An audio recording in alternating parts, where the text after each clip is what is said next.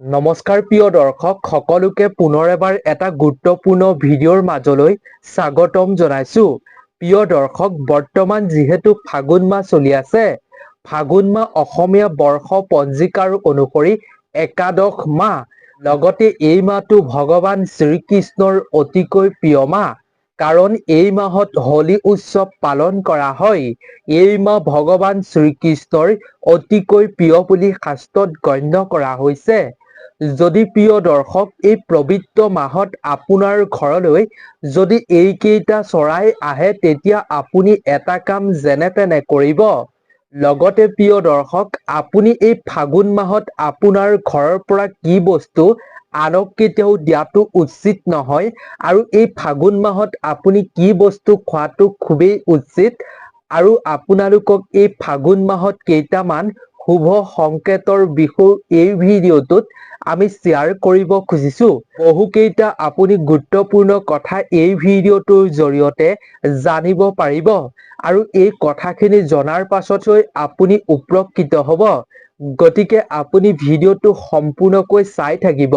আৰু আপুনি ভিডিঅ'টোৰ মাজলৈ আগবঢ়াৰ পূৰ্বে ভগৱান শ্ৰীকৃষ্ণৰ নাম কমেণ্টত লিখিব। লগতে ভিডিঅ'টোত অৱশ্যেই এটা লাইক কৰিব। প্ৰিয় দৰ্শক, যদি আপুনি শাস্ত্ৰ সম্বন্ধীয় বিভিন্ন প্ৰতিকাৰ, বিভিন্ন নজনা কথা জানিব বিচাৰে, তেন্তে এই চেনেলটো আপুনি অৱশ্যেই ছাবস্ক্ৰাইব কৰি ৰাখিব। প্ৰিয় দৰ্শক, ফাগুন মাহ বসন্ত ঋতুৰ আগমনৰ প্ৰতীক। লগতে ভগৱান শ্ৰীকৃষ্ণৰ প্ৰিয় মাহ। লোকবিশ্বাস অনুসৰি এই মাহত এনে এটা বস্তু যদি আনক দিয়ে, তেতিয়া ঘৰলৈ দুৰ্ভাগ্য আহিব।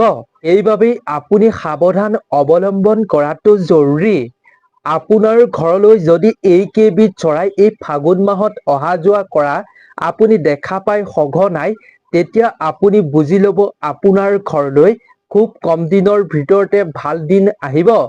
আৰু আপুনি আৰ্থিকভাৱে উন্নতি কৰিবলৈ সক্ষম হ'ব পাৰিব এই পশু পক্ষী আপোনাৰ ঘৰলৈ আহিলে।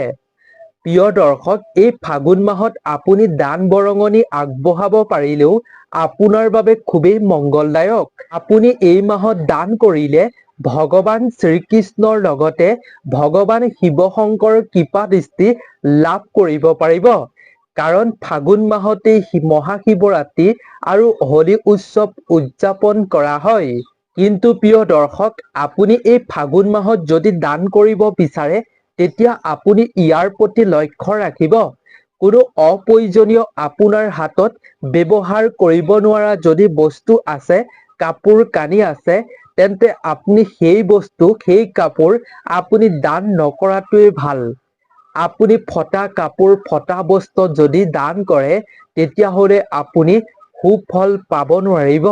যদি আপুনি দান কৰিব বিচাৰে, তেন্তে পবিত্ৰ মনেৰে আপুনি নতুন বস্ত্ৰ আপুনি কিনি আনি সেই বস্ত্ৰ আপুনি দান কৰাটো খুবেই শুভ। পুৰণি কাপোৰ বা ফটা কাপোৰ যদি আপুনি দান কৰে, ইয়াৰ ফলত আপোনাৰ জীৱনলৈ, আপোনাৰ ঘৰলৈ দুৰ্ভাগ্য আহিব। অশুভ ফল আহে বুলি বিশ্বাস কৰা হৈছে। প্ৰিয় দৰ্শক, এই ফাগুন মাহ যিহেতু পবিত্ৰ মাহ, গতিকে আপুনি এই মাহত ভুলতো কেতিয়াও সুৰাজাতীয় বস্তু আপুনি খাই, মাছ মাংস খাই আপুনি মন্দিৰ কেতিয়াও দৰ্শন নকৰিব। এনে কৰিলে আপোনাৰ ওপৰত ভগৱান ৰুষ্ট হৈ পৰিব। গতিকে ইয়াৰ প্ৰতি আপুনি বিশেষ সাৱধান অৱলম্বন কৰিব ফাগুন মাহত। লগতে প্ৰিয় দৰ্শক, যদি আপোনাৰ ঘৰত ভঙা মূৰ্তি আছে, নাইবা ভঙা আইনা আছে, ভঙা সামগ্ৰী আছে, তেন্তে আপুনি হোলী উৎসৱৰ আগতেই সেইসমূহ আপুনি দূৰ কৰাটো খুবেই শুভ। নহ'লে আপোনাৰ ঘৰলৈ দুৰ্ভাগ্য আহিব পাৰে। আৰু এনে বস্তু আপুনি দান কৰি দিয়াটো একেবাৰে অশুভ। এনে বস্তু কেতিয়াও দানো নকৰিব। শাস্ত্ৰৰ অনুসৰি ভগৱান শ্ৰীকৃষ্ণৰ এই প্ৰিয় ফাগুন মাহত দান বৰঙণি আগবঢ়োৱাৰ বিশেষ মহত্ব আছে। পূজা, দান, যজ্ঞ কৰাটো অতি ফলদায়ক বুলি গণ্য কৰা হৈছে। প্ৰিয় দৰ্শক, লগতে আপুনি এই ফাগুন মাহত আপোনাৰ ঘৰলৈ যদি আপুনি গৰুক অহা যোৱা কৰা দেখা পায়, নাইবা আপোনাৰ ঘৰত যদি গৰু আছে, তেন্তে গো মাতাক আপুনি এই মাহত কোনো ধৰণৰ অপমান কৰা কাম নকৰিব, মাৰ ধৰ নকৰিব। এনে কাৰ্যই ভগৱান শ্ৰীকৃষ্ণক ক্ৰোধিত কৰি তুলিব, যাৰ ফলত আপুনি ভগৱানৰ কৃপাৰ পৰা বঞ্চিত হ'ব। সেইবাবে এই ফাগুন মাহত গো মাতাক আপুনি সন্মান জনাই কিবা বস্তু খুৱাবলৈ অৱশ্যেই চেষ্টা কৰিব। যদি আপুনি গো মাতাক এই মাহত কিবা বস্তু খুৱাই সন্তুষ্ট কৰে, তেতিয়া আপোনাৰ ঘৰখনত অনাগত সময়ত ধন সম্পত্তিৰে ভৰি থাকিব, সুখ সমৃদ্ধি ঘৰখনত বিৰাজমান হ'ব। ভগৱান শ্ৰীকৃষ্ণৰ কৃপাৰ লগতে ৩৩ কোটি দেৱতাৰ কৃপা দৃষ্টি আপোনাৰ ঘৰত পৰিব। লগতে প্ৰিয় দৰ্শক, পলাশ গছৰ ফুল বা শিমলু গছৰ ফুলক বসন্তৰ প্ৰতীক বুলি গণ্য কৰা হয়। গতিকে প্ৰিয় দৰ্শক, এই ফাগুন মাহত যদি আপুনি লাল ৰঙা ৰঙৰ যিকোনো ফুল দেখা পায়, তেন্তে ইয়াৰ ফলত আপোনাৰ ভাগ্য উদয় হ'ব, আপোনাৰ জীৱনলৈ ভাল দিনৰ আগমন হ'ব আৰু আপোনাৰ প্ৰেমৰ ক্ষেত্ৰতো সমৃদ্ধিশালী হৈ পৰিব, সম্পৰ্ক মধুৰতা বৃদ্ধি হ'ব যদি আপুনি এই মাহত এনে ফুল দেখা পায়। ফাগুন মাহত এই ফুলবোৰ ফুলি উঠে, যি নতুন শক্তিৰ চিন বুলি কোৱা হয়। গতিকে ফাগুন মাহত এনে ফুল ফুলা দেখা পালে আপুনি প্ৰায় তেতিয়া আপোনাৰ জীৱনলৈ নতুন শক্তিৰ আগমন ঘটিব। যিকোনো নতুন কাম আপোনাৰ হোৱাৰ সম্ভাৱনা আহি পৰে।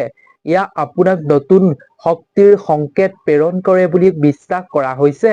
প্ৰিয় দৰ্শক, এই ফাগুন মাহত যদি আপোনাৰ ঘৰলৈ প্ৰায় অহা যোৱা কৰে কপৌ বা নীলকণ্ঠ চৰাই, তেতিয়া আপোনাৰ ঘৰখনলৈ সুখ আৰু সমৃদ্ধিৰ আগমন হয় বুলি বিশ্বাস কৰা হৈছে। ইয়াৰ ফলত আপোনাৰ ভাগ্যৰ দুৱাৰ মুকলি হৈ পৰিব। প্ৰিয় দৰ্শক, কপৌ চৰাই ঘৰলৈ আহিলে প্ৰতিটো মাহতে বিভিন্ন ধৰণৰ সংকেত বহন কৰে বুলি লোকবিশ্বাস আছে।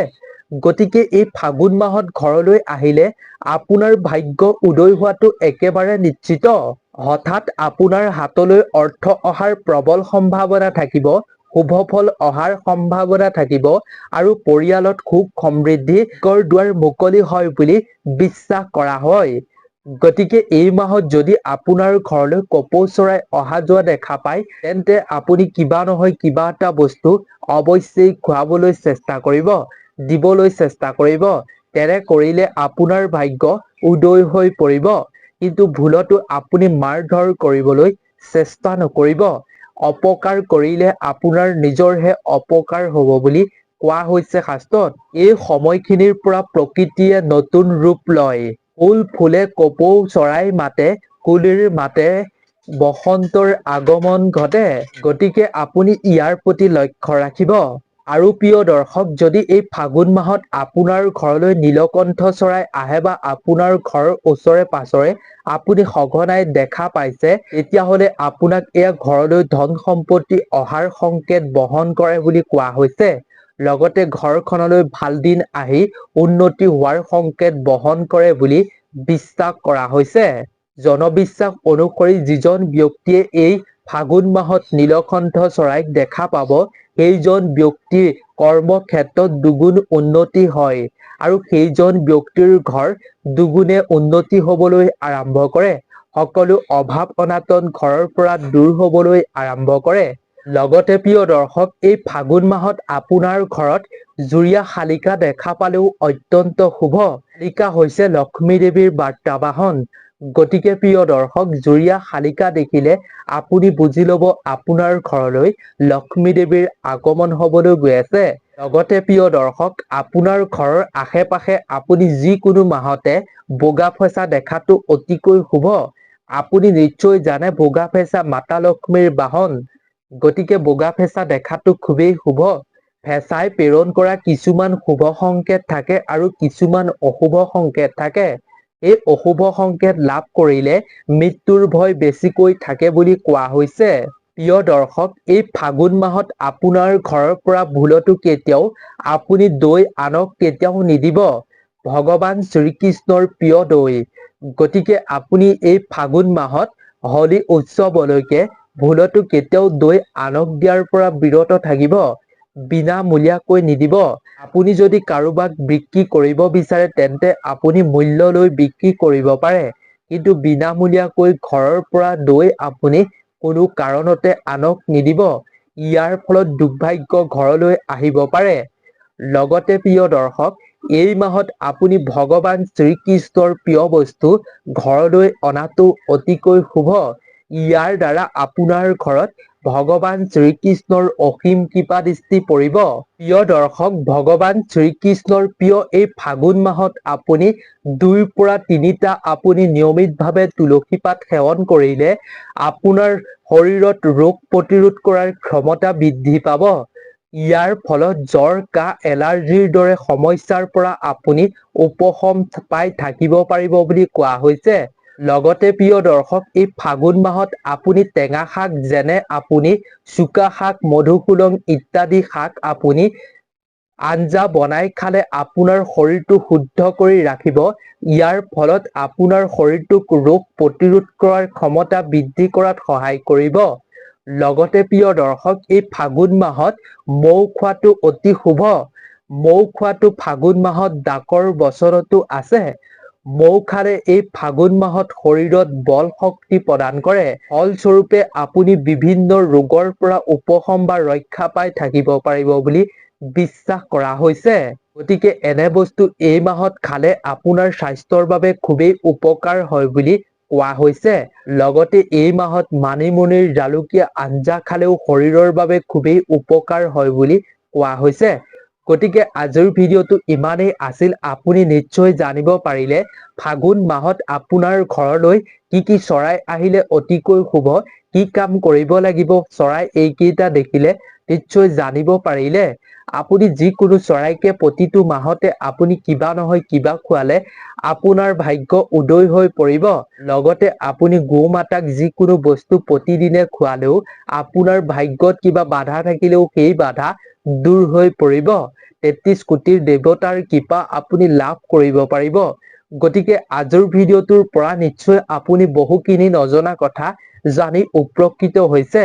যদি ভিডিঅ'টো চাই ভাল পালে তেন্তে আপোনাৰ বন্ধুবৰ্গ, আত্মীয় স্বজনৰ লগতো যিমান পাৰে সিমান শ্বেয়াৰ কৰক, যাতে সকলোৱে এইখিনি কথা জানি সুন্দৰভাৱে উপকৃত হ'ব পাৰে তেওঁলোকো।